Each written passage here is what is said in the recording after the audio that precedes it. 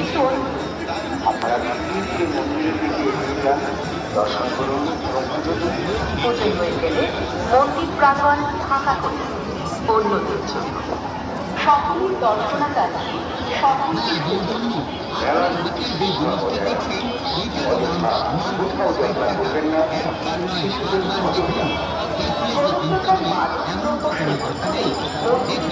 প্রবেশ করা কঠোরভাবে নিষিদ্ধ। আপনার কোনো প্রয়োজন প্রশাসনের সাহায্য।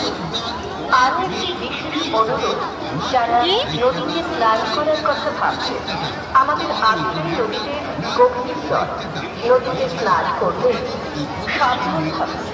কোনো দুর্ঘটনা যাতে না থাকে সেদিকে খেয়াল রাখা, সতর্ক থাকুন।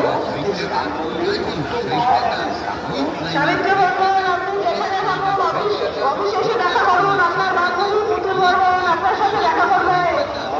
সাবিত্রী বর্মন, সাবিত্রী